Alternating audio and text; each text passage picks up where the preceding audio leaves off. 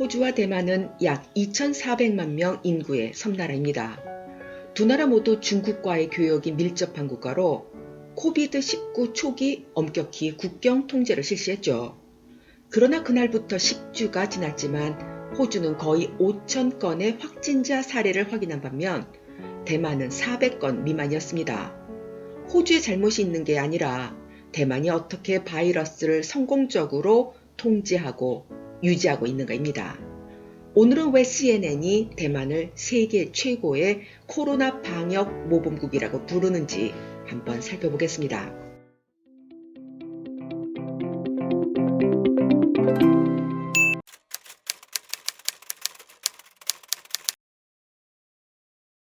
(2003년) 사스가 발생했던 당시 대만은 홍콩, 중국 남부와 함께 최악이었죠. 15만 명이 넘는 사람들이 격리되었고 181명이 사망했습니다. 그 당시 WHO 관리자들은 최근 대만의 사스 감염 급증세는 전염 통제가 제대로 되지 않는 데다 응급실 시스템이 무너졌기 때문이라고 지적하면서 더욱이 감염 사례가 곧바로 보고되지 않기 때문에 현 상황이 얼마나 나쁜지 가늠하기조차 힘들다고 우려했을 정도였습니다. 17년 후인 2020년 코로나 바이러스 소식이 중국으로부터 나오기 시작하자 존스 홉킨스 대학교는 1월에 실시된 한 연구에서 가까운 거리, 유대 및 교통 연결로 인해 중국 본토 밖에서 가장 위험이 큰 지역 중 하나로 대만을 꼽았죠. 하지만 대만은 우한에서 음력설을 맞이하여 코로나 바이러스에 대한 뉴스가 나오기 시작하자마자 사스를 위해 설립되었던 대만 국가보건사령부 관리자들은 잠재적 위협에 대응하기 위해 빠르게 움직이기 시작했죠. 1월 20일 확진자가 없는 상태에서도 중앙전염병 지휘본부를 설립합니다. 스탠포드 메디컬의 소아과 부교수 제이슨 왕은 대만은 공중보건을 보호하기 위해 지난 5주간 최소 124개의 행동 지침 항목을 신속하게 만들어 실행해내고 있다고 말했습니다. CNN은 대만 정부가 2003년 사스 경험을 통해 다음 위기에 신속하게 대처할 수 있는 공중보건 대응 메커니즘을 확립했다고 보도했죠.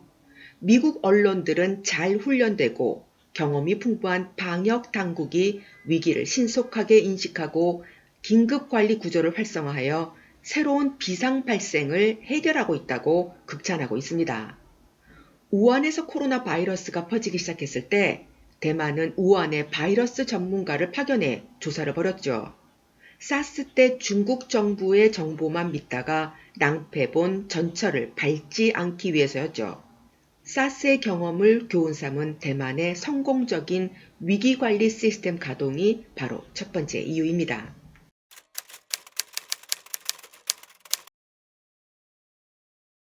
CNN에 따르면 대만은 중국 본토에서 확진자들이 무섭게 늘어나자 지난 2월 6일 중국 정부의 반발에도 불구하고 중국발 입국 전면 금지 조치를 내려버렸어요. 중국 수출이 전체의 30%를 차지하는 대만으로서 경제적 희생을 감수한 과감한 조치였죠. 홍콩, 마카오를 방문한 모든 외국인의 입국을 전면 금지시켜버렸고요. 다른 국가들이 입국 금지 등의 조치를 취할 건가 말 것인가 논쟁하고 있을 동안에 대만은 바로 실천에 옮겨버렸습니다. 유람선이 대만 항구에 정박하는 것을 중지하고 검역 명령을 위반한 사람은 누구에게나 엄격한 처벌을 내리겠다는 결정을 발표합니다. 대만 행정원은 중국 당국이 우한을 봉쇄한 다음 날인 지난 1월 24일부터 의료용 마스크에 대해 1개월간 수출 금지 조치를 발동했어요. 마스크 매점 매석을 막기 위한 마스크 실명제를 도입하는 등 과감한 조치 도입도 불사하지 않았죠. 당초 대만 정부는 지난 2월 1일부터 1인당 하루 3개까지만 개당 6대만 달러, 약 240원의 마스크를 살 수 있도록 했고요. 마스크 사재기 적발 시 3년 이하의 징역 또는 최고 19억 6천만 원에 해당하는 벌금을 물리겠다는 강경 조치도 시행하고 있습니다. 부족한 마스크 공급에 도움이 되기 위해 교도소 재소자들도 마스크 제작에 참여하고 있고요. 2월 23일부터는 자국의 의사와 간호사 등 의료 인력에 대한 출국 금지 조치도 내렸죠. 대만의 방역 당국은 확진자들의 동선을 일절 비공개에 붙이고 있어요.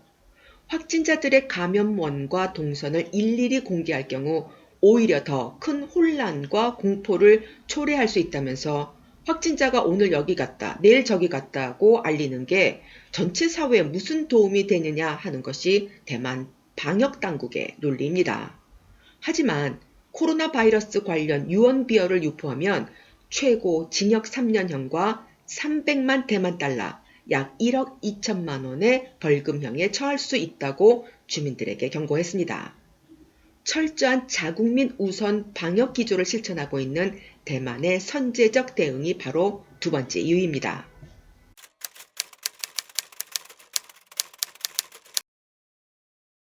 대만은 중국 본토와 인접해 코로나19 확산의 위험이 컸으나 초기부터 외국인의 입국을 막고 투명한 정보 공개와 적극적인 감염자 이동 경로 추적 등으로 4월 6일 현재 확진자 373명, 사망자 5명에 그치고 있습니다.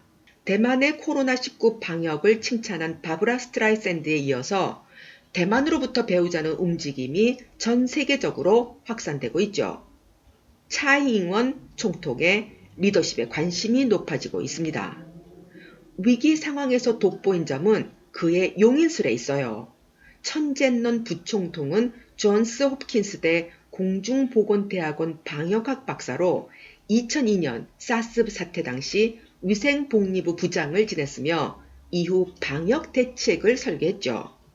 올해 5월 20일에 천젠넌의 후임 부총농으로 취임할 예정인 차잉잉원 총통의 런닝메이트 라이칭더 역시 미국 하버드 대학교 보건대학원 박사과정을 졸업한 이학 박사입니다.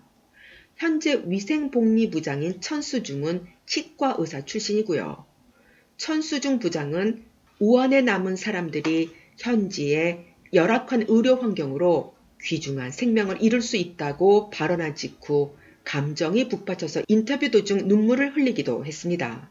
현재 그는 코로나19 방역을 총지휘하는 중앙전염병지휘센터 지휘관인데요. 천수중이 WHO 사무총장보다 낫다며 그의 인기가 대만에서 상종가입니다. 국가 방역을 주도하고 결정하는 전문가 주도형 방역 시스템, 그리고 그 공을 해당 부서장에게 돌리는 차잉원 리더십, 그 세 번째입니다. 대만은 하나의 중국 원칙에 따라 WHO 회원이 아닙니다.